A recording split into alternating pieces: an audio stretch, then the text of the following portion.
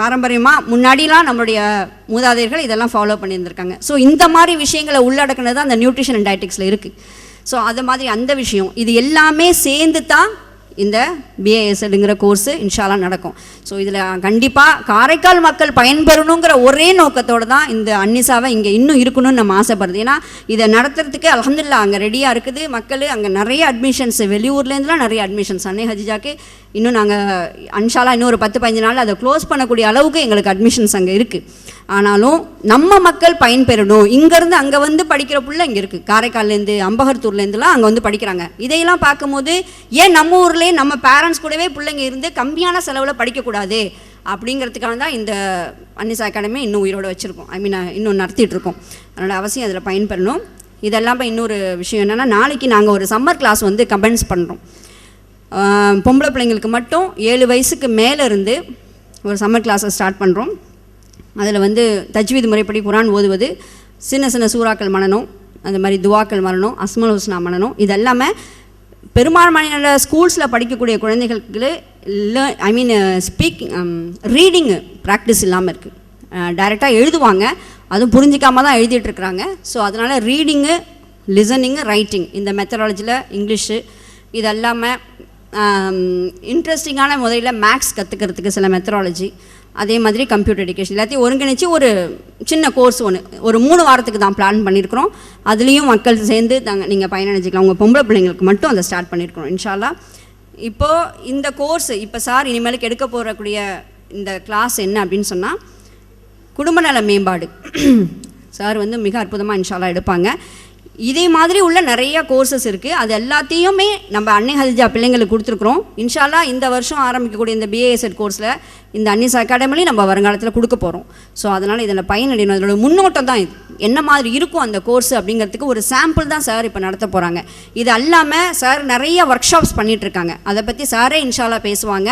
அதையும் நாம் பயனடைஞ்சிக்கணும். அதையும் நாம் யூஸ் பண்ணிக்கிட்டு நம்முடைய வாழ்க்கையில் இன்ஷால்லா பயனடைஞ்சிக்கணும்னு நான் அல்லாஹ்கிட்ட பிரார்த்தனை செஞ்சுக்கிறேன். இன்ஷால்லா இது எல்லாமே இந்த சமுதாயத்துடைய வளர்ச்சிக்காண்டி மிகப்பெரிய போராட்டங்களுக்கு மத்தியில் செய்யக்கூடிய விஷயம். இது எல்லாத்துக்கும் உங்கள் எல்லாருடைய துவாக்களும் உங்கள் எல்லாருடைய ஆதரவும் எங்களுக்கு ரொம்ப தேவை.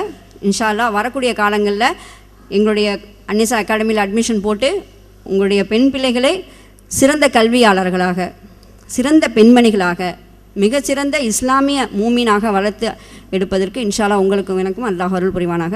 அஸ்ஸலாமு அலைக்கும் வரஹ்மத்துல்லாஹி வபரகாத்துஹு. இன்னல் ஹம்தலில்லாஹ் நஹ்மதுஹு வ நஸ்தஈனுஹு வ நஸ்தக்ஃபிருஹு வ நஊது பில்லாஹி மின் ஷுரூரி அன்ஃபுஸினா வ மின் ஸய்யிஆத்தி அமாலினா மன் யஹ்திஹில்லாஹு ஃபலா முதில்ல லஹு வ மன் யுத்லில் ஃபலா ஹாதிய லஹு வ அஷ்ஹது அன் லா இலாஹ இல்லல்லாஹு வஹ்தஹு லா ஷரீக லஹு வ அஷ்ஹது அன்ன முஹம்மதன் அப்துஹு வ ரசூலுஹு. அம்மா பஅத் ஃபகத் क़ால அல்லாஹு தஆலா ஃபில் குர்ஆனில் மஜீத் அஊது பில்லாஹி மினஷ் ஷைத்தானிர் ரஜீம் பிஸ்மில்லாஹிர் ரஹ்மானிர் ரஹீம் வல்லதீன யகூலூன ரப்பனா ஹப் லனா மின் அஸ்வாஜினா வ துர்ரியாத்தினா குர்ரத அயுனின் வஜஅல்னா லில் முத்தகீன இமாமா. ஸதகல்லாஹுல் அலீம். பேரன்பும் பெரும் மதிப்பிற்கும் உரிய அன்னிசா அகாடமியின் பொறுப்பாளர்களே, சகோதரிகளே, சகோதரர்களே, உங்கள் அனைவருக்கும் எனது இதயம் கனிந்த சலாத்தினை சமர்ப்பித்துக் கொள்கின்றேன். அஸ்ஸலாமு அலைக்கும் வரஹ்மத்துல்லாஹி வபரகாத்துஹு.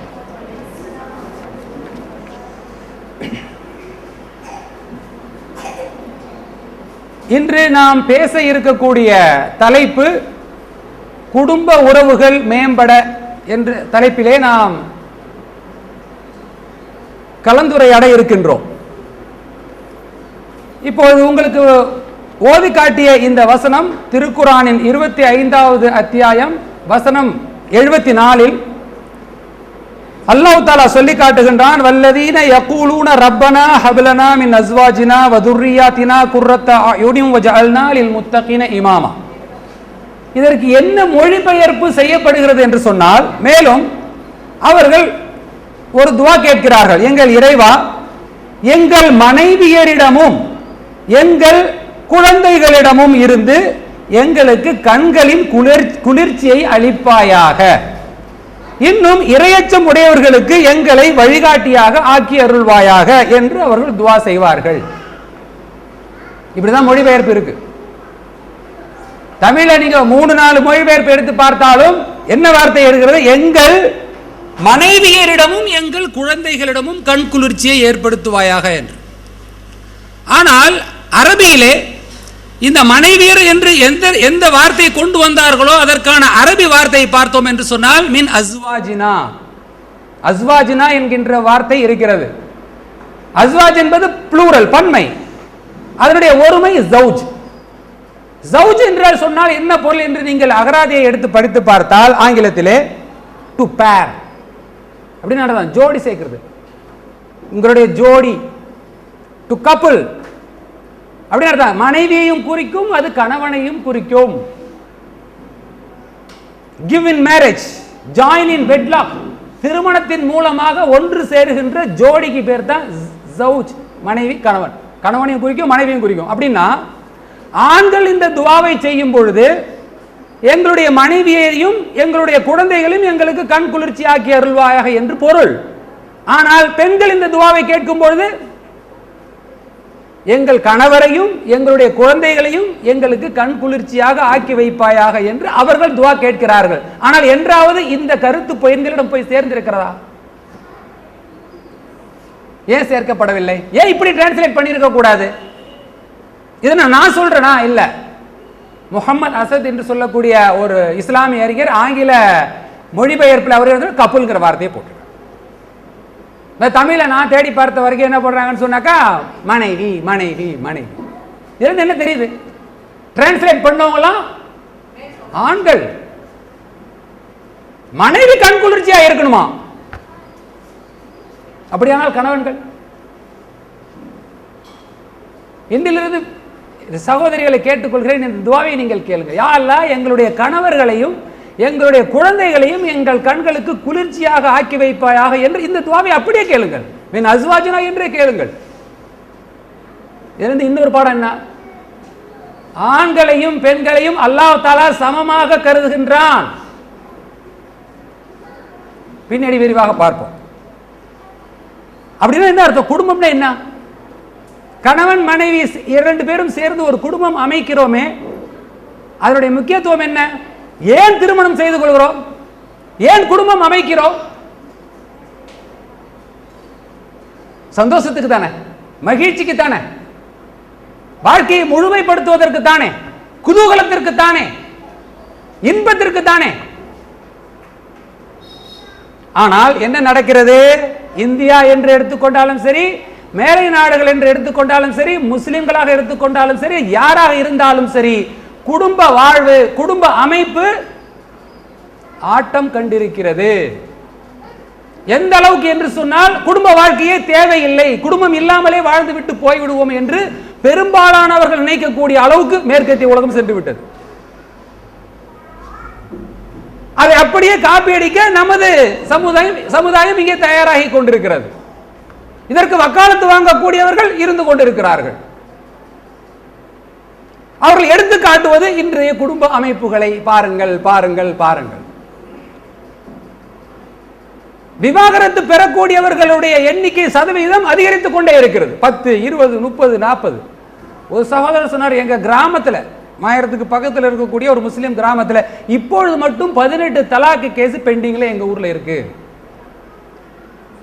மதரசாக்களுக்கு ஃபத்வா கேட்க வரக்கூடிய, மார்க்க தீர்ப்பு கேட்க கூறக்கூடிய மனுக்களில் 90% தலாக் சம்பந்தப்பட்டது.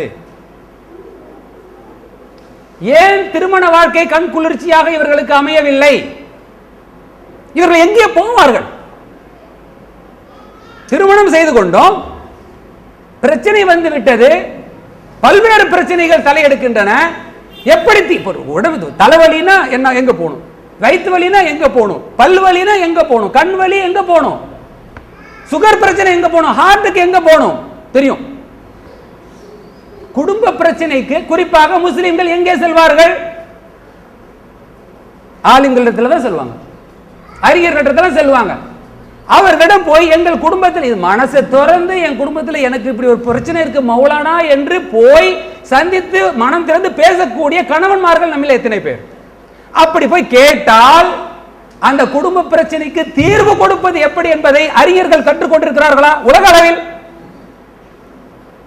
ஏன் இப்படி நான் கேட்கிறேன் என்று சொன்னால், ஒரு அமெரிக்க இஸ்லாமிய அறிஞர் சொல்லுகிறார், கணவனும் மனைவியும் வருகிறார்கள், நான் பள்ளியிலே இமாமாக இருக்கிறேன், அவர்கள் தங்களுடைய குடும்ப திருமணமாகி 2-3 ஆண்டுகளுக்குள்ளே பல பிரச்சனைகளுடன் அவர்கள் வருகிறார்கள், அவர்கள் சொல்லக்கூடிய எல்லாவற்றையும் நான் காது வாங்கி கேட்கிறேன், ஆனால் அவர்களுக்கு என்னால் எந்த பதிலும் சொல்ல முடியவில்லை. Nothing to offer. அவர்கள் பிரச்சனைக்கு தீர்வு என்னால் சொல்ல முடியவில்லை. வெப்சைட்ல இருக்கு. டாக்டர் போறீங்க, வியாதியை பத்தி சொல்றீங்க, என்னால் எந்த மருந்தும் கொடுக்க முடியவில்லை, என்ன எப்படி இருக்கும்? அதான் இன்னைக்கு நிலைமை. அதற்கு பிறகு அவர் சொல்லுகிறார், அதற்கு பிறகுதான் இவர்களுக்கு வரக்கூடிய இவர்களுடைய பிரச்சனையை தீர்ப்பதற்காக நம்மை நாமே தயார்படுத்திக் கொள்ள வேண்டும். என்னது? 2 வேணும். ஒன்று மார்க்க கல்வி வேண்டும், இன்னொன்று திருமணம் பற்றிய கல்வியும் வேண்டும். இந்த 2ஐயும் படிக்கிறார் அவர். புரியுதா நான் சொல்றது? புரியுதா? இஸ்லாமிக் ஸ்டடீஸ்லயும் ஒரு டிகிரி வேண்டும், திருமணம் சம்பந்தப்பட்டதிலும் ஒரு பட்ட படிப்பு வேண்டும். இந்த 2ம் இருந்தால்தான் குடும்ப நல பிரச்சனைகளுக்கு தீர்வு செல்ல முடியும் என்று அவர் படித்துவிட்டு, அந்த அடிப்படையிலே தனது பள்ளிவாசலில் வரக்கூடிய திருமண பிரச்சனைகளுக்கு இன்றும் உட்கார்ந்து கொண்டு பிரச்சனைகளுக்கு தீர்வு கவுன்சிலிங் வழங்கி கொண்டிருக்கிறார். அது மட்டுமல்ல, திருமணம் ஆகாதவர்களுக்கு திருமணத்திற்காக தங்களை தயார் செய்து கொள்வது என்பது எப்படி என்பதற்கான பயிற்சியையும் அவர்கள் கொடுத்துக் கொண்டிருக்கிறார்கள். இங்கு நம்மால் பிரச்சனை ஏன் தீர்க்க முடியவில்லை என்று சொன்னால், ஒன்று மார்க்கம் நமக்கு தெரிகிறது, ஆனால் திருமண வாழ்க்கை குறித்த அறிவு நம்மிடம் இல்லை. திருமண வாழ்க்கையை குறித்து படித்துவிட்ட கவுன்சிலர்ஸ், சைக்கியாட்ரிஸ்ட் எல்லாம் இருக்கிறாங்க, அவர்கள் இஸ்லாமிய அடிப்படையில் நமக்கு தீர்ப்பு வழங்க முடியாது. எனவே 2ஐயும் சேர்த்து படிக்கக்கூடிய ஒருவரால் தான் அது கொடுக்க முடியும். அது கொடுக்கக்கூடிய காலம் வந்துவிட்டது, வந்தாக வேண்டும். ஏனென்றால் பிரச்சனைகள் அவ்வளவு மலிந்து கிடக்கின்றன. பல திருமணங்களை காப்பாற்ற வேண்டிய நிலைமை இருக்கிறது. திருமணத்திற்கு முன்னாலேயே பல எச்சரிக்கை உணர்வுகளை ஆண்களுக்கும் பெண்களுக்கும் கொடுக்க வேண்டியது இருக்கிறது. அவர்களுக்கு பயிற்சி அளிக்க வேண்டியிருக்கிறது. Premarital counselling.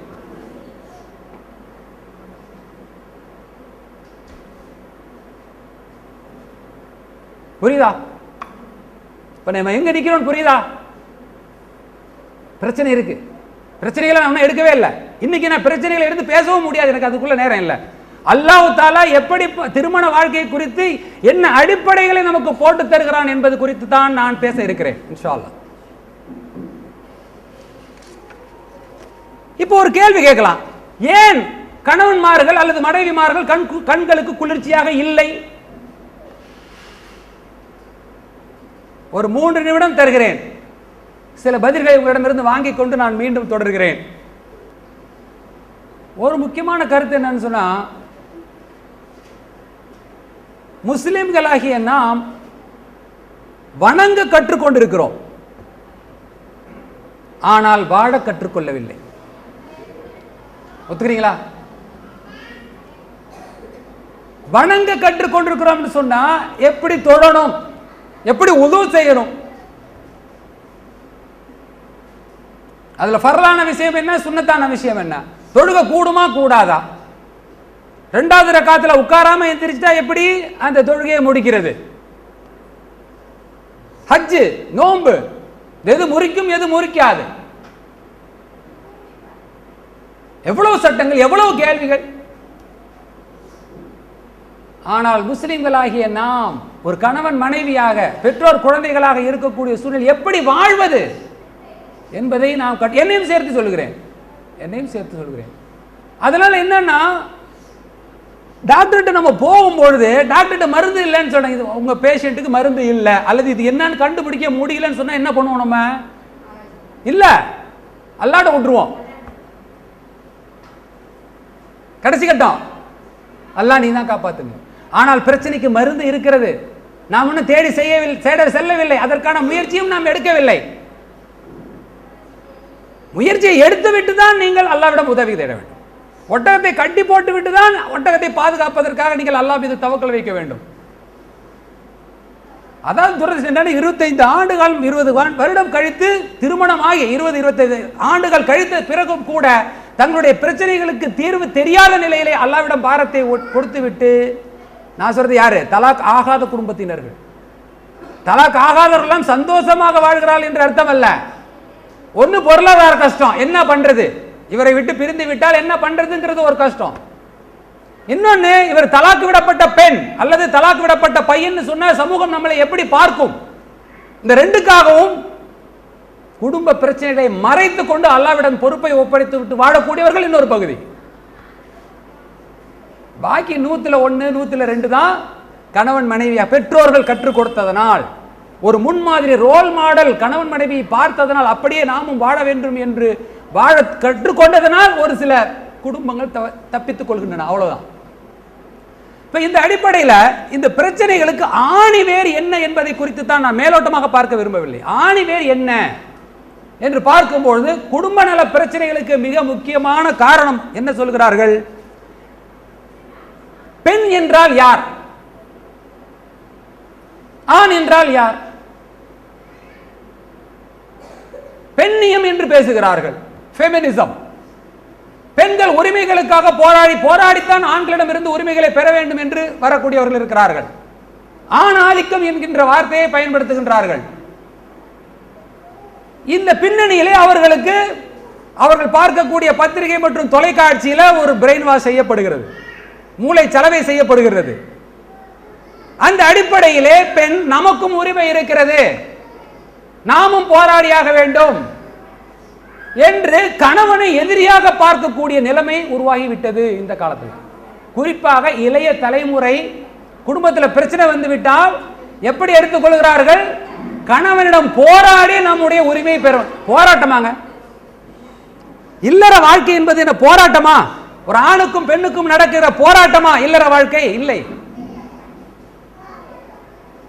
இது மேற்கத்திய கலாச்சாரம் ஏற்படுத்தி இருக்கக்கூடிய விளைவு. இதற்கு முஸ்லிம்களும் ஆளாகி இருக்கிறார்கள். இதற்கு நேர் மாற்றமாக சொன்னால் உங்களுக்கு வியப்பாக இருக்கும், இஸ்லாத்தியை பற்றிய விழிப்புணர்வும் பிரச்சனைகளை சற்றே அதிகரிப்பதை போல் ஒரு தோற்றத்தை கொடுத்திருக்கிறது. அது என்ன என்று சொன்னால், இப்பொழுது எல்லாம் இஸ்லாத்தை பற்றி குறை சொல்லக்கூடிய இஸ்லாம் பெண்களை ஒடுக்குகிறது, இஸ்லாம் பெண்களுக்கு கல்வியை கொடுப்பதில்லை, இஸ்லாம் பெண்களை வீட்டில் போட்டு அடக்கி வைக்கிறது, அவர்கள் காப்பாற்றப்பட வேண்டியவர்கள் என்று சொல்லி சொல்லி சொல்லி உடனே இஸ்லாமிய அறிஞர்கள் என்ன கொண்டு வந்தார்கள் மேடைக்கு? இஸ்லாம் பெண்களுக்கு இப்படி உரிமையை கொடுத்திருக்கிறது, அப்படி உரிமையை கொடுத்திருக்கிறது, சொத்திலே உரிமையை கொடுத்திருக்கிறது, கல்வி உரிமையை கொடுத்திருக்கிறது, ஆன்மீக உரிமைகளை கொடுத்திருக்கிறது. 1400 ஆண்டுகளுக்கு முன்னாலே இப்படிப்பட்ட உரிமைகள் எல்லாம் கொடுத்திருக்கிறது. மணிக்கண விமென்ஸ் ரைட்ஸ் இன் இஸ்லாம் இஸ்லாமிய அறிஞர்கள் பேச துவங்கி விட்டார்கள்.